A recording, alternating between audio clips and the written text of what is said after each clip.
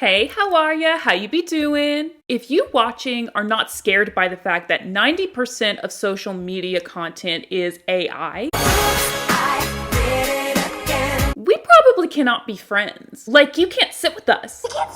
Okay, now I wouldn't go that far, but I probably would question your sense of morality and your values if you don't believe there's a perceivable threat of AI replacing actual humans in digital media. Now, I know that the internet is currently exploding with conversations surrounding the ethical usage of AI. Some conversations I've even joined in on myself. And if you've seen those videos, you can probably see that when it comes to integrating AI into the workforce and creativity, my personal stances harbor more around a gray area. Like, the usage of AI itself is not right or wrong, just depending on how you use it, that is. And I'm not gonna spend forever and eternity explaining the content of those videos. So if you perchance do want to know my thoughts on those and you have time to kill, give those a watch next. Next, I mean, after you finish this video, because I'd like you to stay for the entirety of this video. If you pretty please, with the juicy little cherry on top. That's not a dirty joke. If you ever so please, thank you very much. But there is one particular usage of AI that I am vehemently against and I will not stand for. And it's the use of creating glamorized fictional people. I talked about this only briefly in a video that I did back in May that touched on the unrealistic beauty standards of Western culture. And in that video, I mentioned that these generative AI photos and videos that you see of these seemingly perfect looking people, it's only going to amplify our already existing insecurity when we put ourselves up in comparison to highly airbrushed images of celebrities, models, influencers, and other disrespectfully good-looking people we come across every day on social media. I mean, not saying you should do that, compare yourself to things that are extremely edited in that way, but that's what happens when that's all you're exposed to in the media. There's this subliminal messaging to the viewer that if you don't look like that, like the holy image of perfection, that you're not taking care of yourself the way you should, and that your natural body is something to be ashamed about. But anyway, if you want the full spiel on that, add that video to your watch list. And today, when we see these so-called looking people being replaced by AI, that amps up the collective pressure to attain perfection times 100. And it's raising beauty standards further than they already are. Shit's about to get a lot worse. Take the actress Tilly Norwood and the influencer journalist Reembot as a couple of examples. Now, if you're not familiar with these things, I can refer to them as things because they're not real people. Reembot is an AI-generated influencer and journalist who rolled out onto the digital sphere in 2024 by the lifestyle magazine Sheerlux. And if you look at this thing's Instagram, you can see that it really truly does look like a real person. It looks like a real woman who's achieved much success in a career of fashion and beauty media and is enjoying the fruits of her labor with lavish trips and just all around looks like the most insufferable snobby person that you don't want to hang out with. Because all they care about is looking popular and seizing every and any opportunity to shove their privilege into your face. Oh look, and it's even got itself little friends. And Sheerlux didn't stop at giving this thing friends, but they gave it an interview as well, like an actual interview with questions and answers.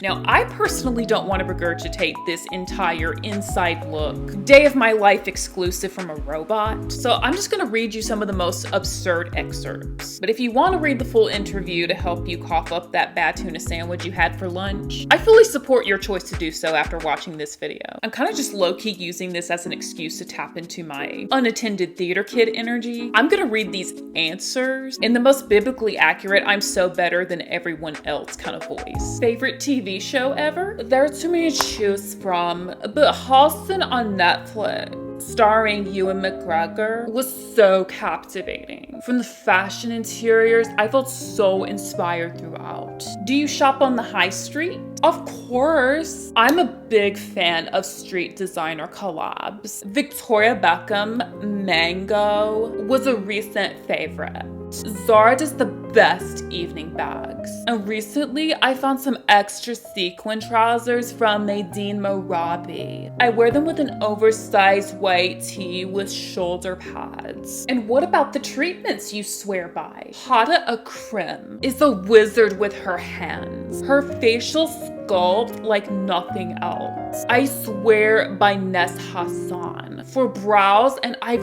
really been impressed by Linnea, a beautiful new space that does everything from blow dries to injectables.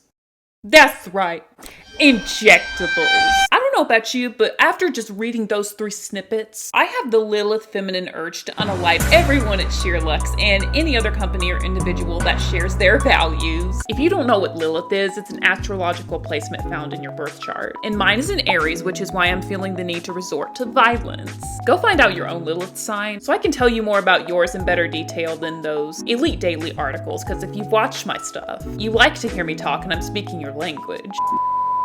But anyway, thanks for always bearing with me on my astrology tangents. Now back to the show. And of course, SheerLuxe has publicly defended their invention and use of Rebot due to the criticism and backlash they received for not hiring an actual influencer to be the face of their brand by saying, the company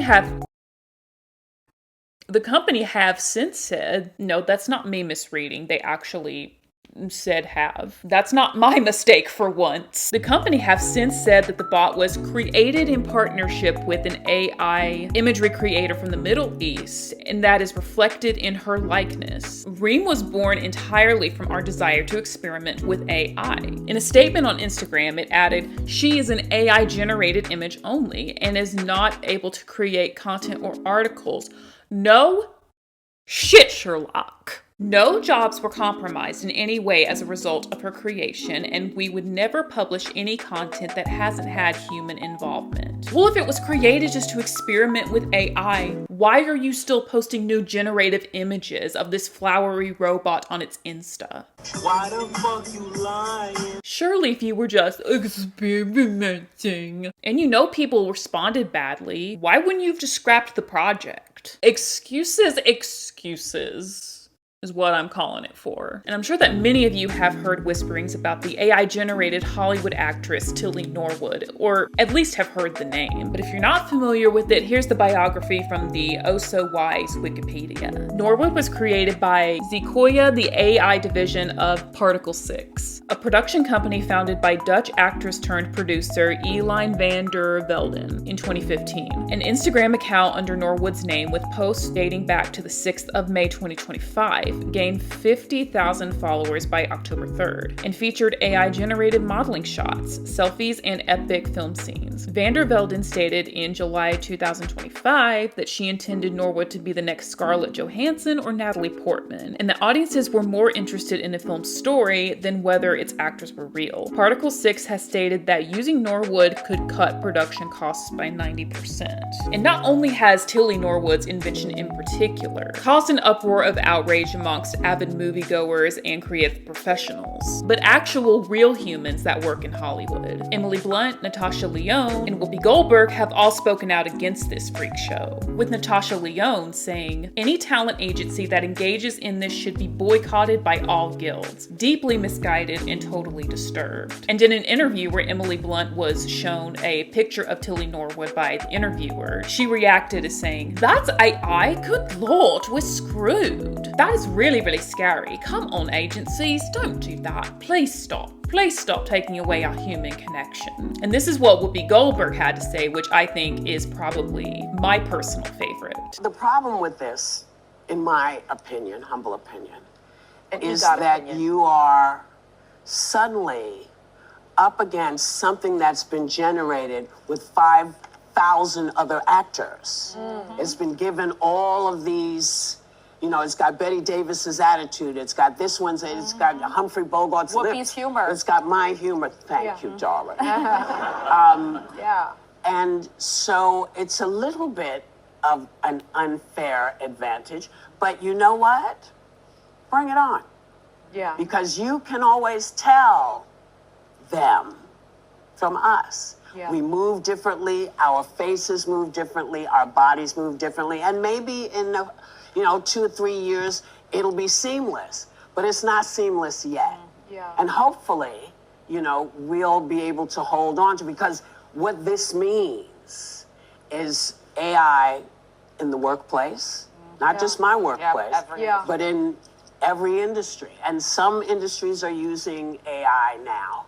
People, you know, talk about, you know, people are so lonely, they don't have a connection. Well, if you stick with this, with AI, you won't have any connection to anything but your phone. Now, as much as Tilly Norwood's generator, Dutch actress and comedian, I didn't know she was a comedian. I mean, she did just create a whole ass AI actress. Everything's funny about that. That's a joke within and of itself. Aline van der Velden claims that Tilly Norwood was not made with the intention to replace real life actors. But in her own words, creating Tilly has been for me an act of imagination and craftsmanship. Not unlike drawing a character, writing a role, or shaping a performance. Adding such creations should be judged as part of their own genre rather than compared to human actors. But I think anyone with an ounce of common sense can tell there is very little originality in that thing. It just looks like any other basic white actress who plays the love interest of the guy who wins the girl in the end of a rom-com. She's just a culmination of all of Hollywood's 21st century it girls whose fashion moments on the red carpet leave people speechless and inspires new fashion trends amongst young women chasing the next hottest aesthetic that will garner the most compliments. Great gowns, beautiful gowns. And not only is the normalization of AI imagery in the media a threat to our perceptions of beauty and what it should look like, but it's swiftly becoming harder and harder to distinguish what's real and what's not. With software like Sora, where a user can generate a realistic as shit looking video. Now, because I don't trust AI with my face or any other sort of revealing aspect of myself, I'm going to show you this YouTube short that demonstrates just how much smarter AI is becoming at generating content to the point where the line between what is real and robotically produced is strongly getting blurred.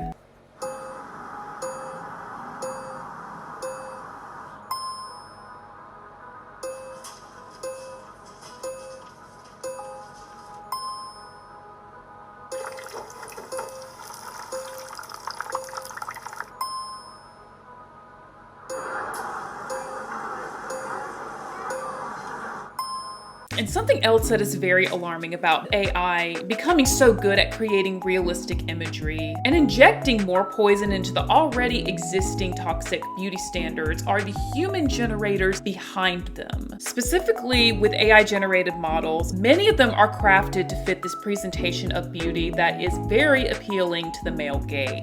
There's this company in Barcelona that created an AI influencer, and 75% of its audience is male, which isn't surprising because the imagery is so not safe for work and pretty much softcore corn. And the reasoning for using an AI model and not a real person is because the content is objectifying in nature. So regardless of whether or not the image contains a human model or AI model, the material still generates an influx of income that can keep the people at the company paid. And in this very same interview, look what happens when the term AI fashion model is typed into the search bar and the results come up. Victoria Jenkins is the founder of adaptable fashion brand Unhidden. She works to improve diversity within an industry that has always struggled to represent the vast spectrum of humanity. Straight away, lingerie. Woo! It's very sexualized, isn't it? Super sexualized, isn't it? Is it maybe men that are interacting with AI and models more than it is women interacting with AI and models and what they want to see? Because this feels very male gaze. I'm not really seeing anything that would suggest to me a woman came up with that image. If you're not seeing a diverse range of bodies and you don't see yourself represented, you're going to fight your whole life to look like these airbrushed and completely computer-generated ideas of beauty. And who's saying that that is beautiful? Like who, right at the core of it, who is choosing what is beautiful? The point here is that generative AI software is programmed to generate imagery that leans towards westernized beauty standards. Standards that, historically speaking, were put into place by men. Thinner frames, smaller noses, flat stomachs, tan complexions, straighter hair, bigger boobs, chiseled abs, snatch-worthy jawline. And today, I think more so in the past, as we're seeing these so-called perfect images of subjects that we consciously know are not real people. I think it's becoming a good wake-up call for all of us. You really can't trust anything online anymore. We're being brought to a point where we just have to assume something or someone that seems too good to be true has a high chance of being AI. We're more than ever before craving for authentic human connection and artistic creation and want to see our own human perfection and messiness mirrored back to us again. That's something AI can't replicate, at least not well, yet. I don't want to jinx it, knock on the wood. I don't know, it's hard to tell and I can't come to a final conclusion because AI is changing and improving every single day. And all I can say for now is be safe out there, y'all. If something or someone looks too good to be true, then it probably is. Thank you for watching, and if you enjoyed it, please give this video a thumbs up. Let me know in the comments what your greatest AI fears are. And if you really want to go there and you and I are a vibe match, then go ahead and be a part of the emotional support coven. If you don't know already, that's what I call this channel's subscribers. And it's a really simple coven to join. You don't have to do any frightening AHS coven type rituals to be in it. You just have to find the subscribe button on your screen and just tap it like this. Bing! And you're notified with each and every new video that comes out every 2 weeks. Thanks for the hang, and I'll see you then. Bye!